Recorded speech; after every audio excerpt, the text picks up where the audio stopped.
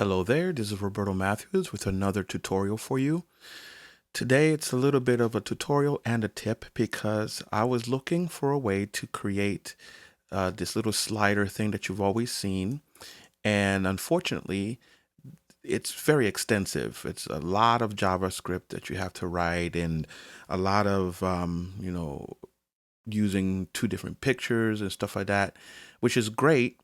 But I wanted to show you a faster way or a way that uses a lot less coding to do the same thing. The other reason I wanted to do it is because no other tutorial showed me how to do, for instance,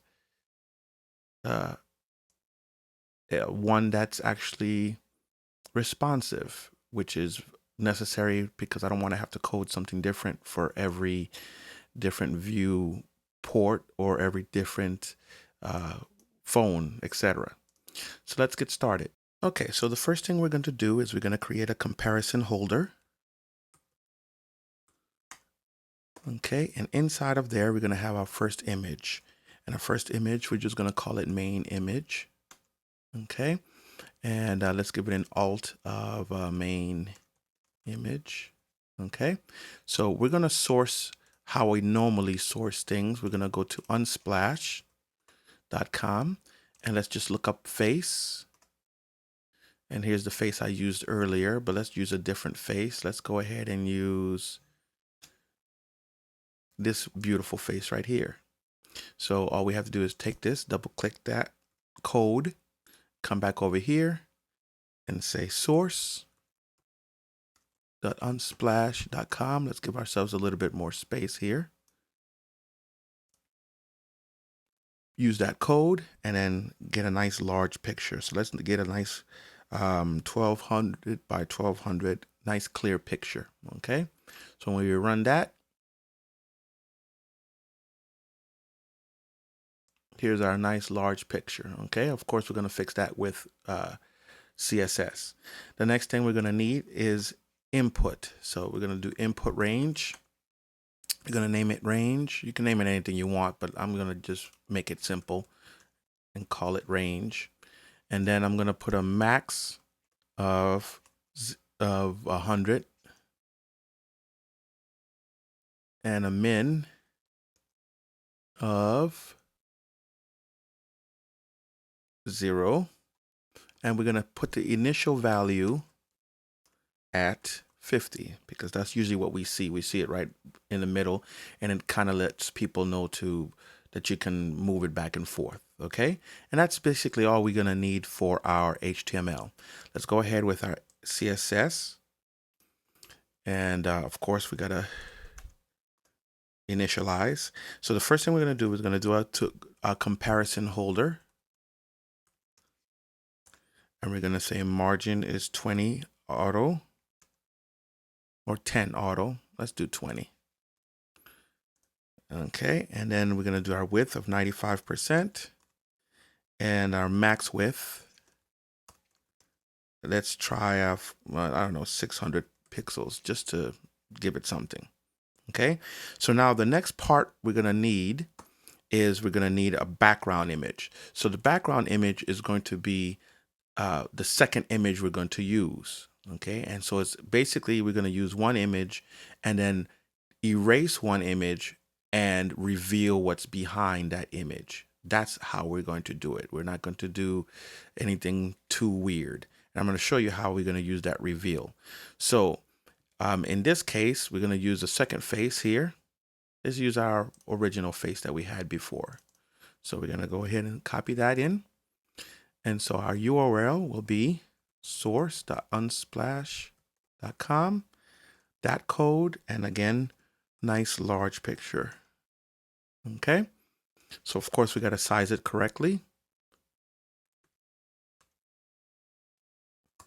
Background position, we're going to do center for both sides.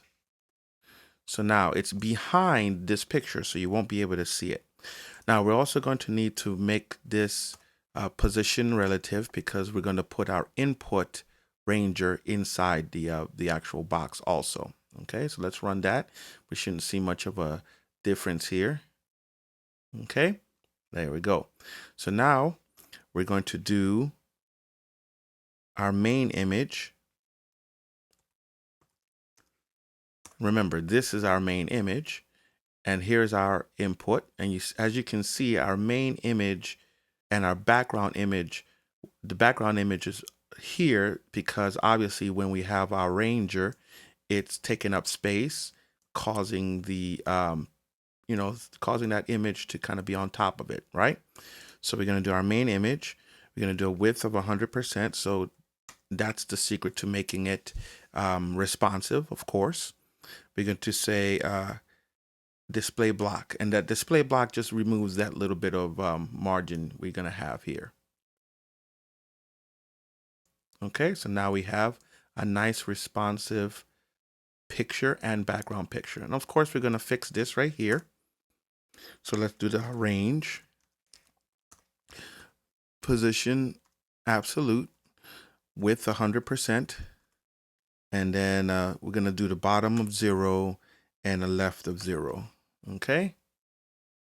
Now when we run that, we have our picture. Okay. Now, here's our situation. How do we access this? What are we going to manipulate? So obviously we're going to do that in JavaScript. But what are we going to manipulate? What can we take as we move this range? Well, what we're going to actually use is a CSS property. And the CSS property we're going to add is to the main image. We're going to do clip path. Now, the clip path we're going to use is going to be the inset. And then we're going to do 0%, 0%, 0%, 0%.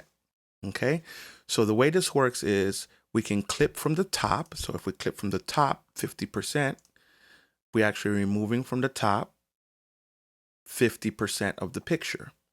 If we go from the right, which is actually what we're going to use, we take out 50% of this picture. You see how that works? So this is going to be the number we're going to manipulate with JavaScript and with this slider. So let's go ahead and do that. So right now we're at 0%, of course. Okay. So now what we're going to do is we're going to go into here, and we just need regular vanilla JavaScript. Of course, if you would like to use jQuery, that's up to you. So we're going to do our main image. And our selector is going to be main image. And then our range is going to be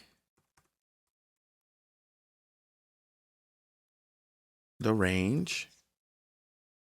And then we're going to have an I. So we're going to do an initial integer of 50, or our variable is going to be 50 because we want it to start right here in the middle. Okay. So now we're going to say that the image, the style, which is the CSS style, is the clip path. And remember to use camel case if you have hyphenated. Any hyphenated attribute needs to be camel case in JavaScript. Okay. So we're going to say that the inset, so the clip path inset is going to be exactly this. So we're going to go ahead and copy this over. Okay. Now, why did I copy that over? Well, because it makes it a lot easier to do concatenation. I like to put everything that I want and then put my variable in there. Okay. So if I is going to be what I'm manipulating, and we already said that the second one is what we're manipulating, we're just going to go ahead and erase that 0. We're going to put some quotes, space plus space plus space, and put an I right in there. And so now when we press run, we already have our half and half. See, just like that. Okay, so now we got to do our manipulation here. So in order to do the manipulation, we're going to say ranger or range on input, because as we move it, so we're going to say function, and then we're going to say I. We're going to change the I as we move it. So we'll equal this value. Okay, so it's going to equal whatever the range's value, I is going to be that. And so then we do the same thing we just did here, because now it's being manipulated. So we copy that, we paste that in, we say run, and let's see what happens. Uh-oh. So as I go to 0, it goes this way. As I go to 100, it goes that way. That's not cool. Well, there's two ways you can do that. You can do the reverse, where we can put this I on the right area here and do it that way. That's one way to do it, but it's going to reveal incorrectly because we want the background picture. So that's really up to you how you want to do it. If you want the background picture to be your before and this to be your after, you can do it that way.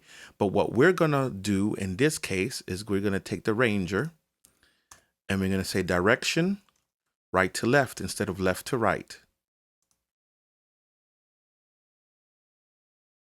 Flips it over, and now it works exactly how we want it to work. Now, there's one last thing you might be thinking about. If I'm using this on my cell phone, it's going to be a little bit difficult for my finger to touch this slider. Wouldn't it be nice to have a slider kind of higher up here? Well, we can do that. What we're going to do is, instead of the width being only 100%, we're going to also make the height 100%. And you'll see what happens.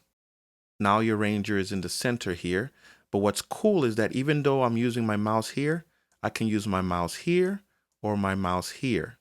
Now all I have to do is do the opacity of 0. Oops, sorry.